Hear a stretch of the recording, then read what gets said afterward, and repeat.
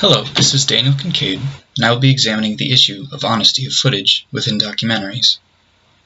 Documentaries are often seen as objective, factual, and accurate, but oftentimes this is not the case. New York Magazine writer David Edelstein says, "The meaning of documentary is extraordinarily fluid these days." Edelstein, March 23, 2014. Directors will take creative liberties. For example, they might selectively include facts to support a claim. They might cut someone off in the middle of a soundbite. This goes against good journalistic integrity. Possibly the most contested directorial intervention is when a documentary completely fabricates footage. This is the case with reenactments.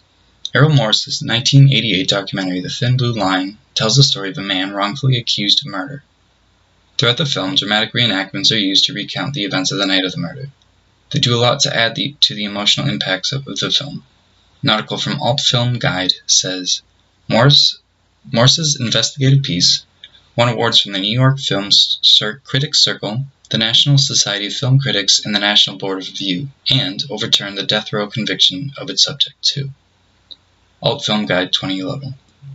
But a reenactment isn't completely factual or objective, it's fabricated. Surely a director can try as hard as they can to show the events exactly as they happen. But even as the film The Thin Blue Line unfolds, the audience learns there's always more information to be gained, more perspective to be seen, and it's discovered that memories will fade and warp. And the Academy Documentary Committee agreed. Jason Bailey of Flavor Wire says, "The Thin Blue Line was not nominated for that year's Best Documentary Oscar, and most award watchers pin that snub on the reenactments." Bailey, 2015. A reenactment is not the real thing. Without seeing it for oneself or seeing live footage, the whole truth may be left untold.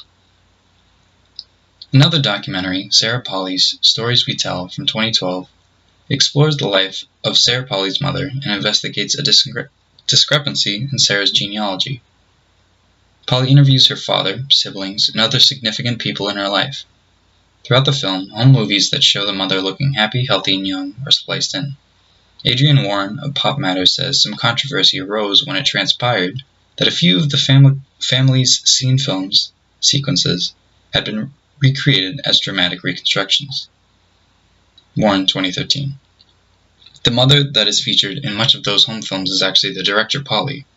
She carries a close resemblance to her mother. This footage was all shot specifically for the documentary. And this goes just beyond just picking up a camera, running and gunning. This means shoots were scheduled, costumes were made, locations picked, extras cast, film shot, cut, aged to look 30-odd years old. There was never any disclaimer that these were reenactments. They were just silently shown to the audience. Understandably, some viewers felt lied to. Some felt this was a complete disregard for the ethics involved in documentary making.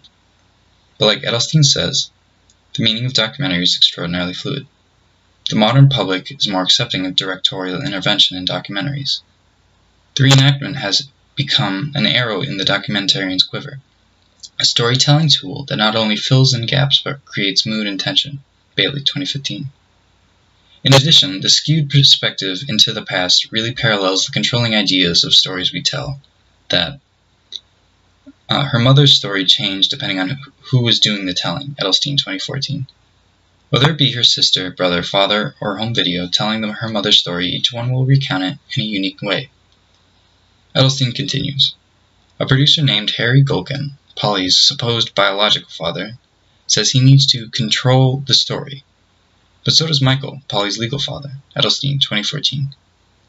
The objective truth is elusive, and it belongs to no one, not even a documentary. At the end of it all, a documentary is still a film. It should be engaging, entertaining, artful, and the creators should have creative power. Whatever footage is produced for a documentary, its content never strays too far from the realm of reality. It's okay that documentaries aren't completely objective. No one experiences life with an objective point of view. So why should the stories we tell about life and the world be told detached from the human experience? Thank you.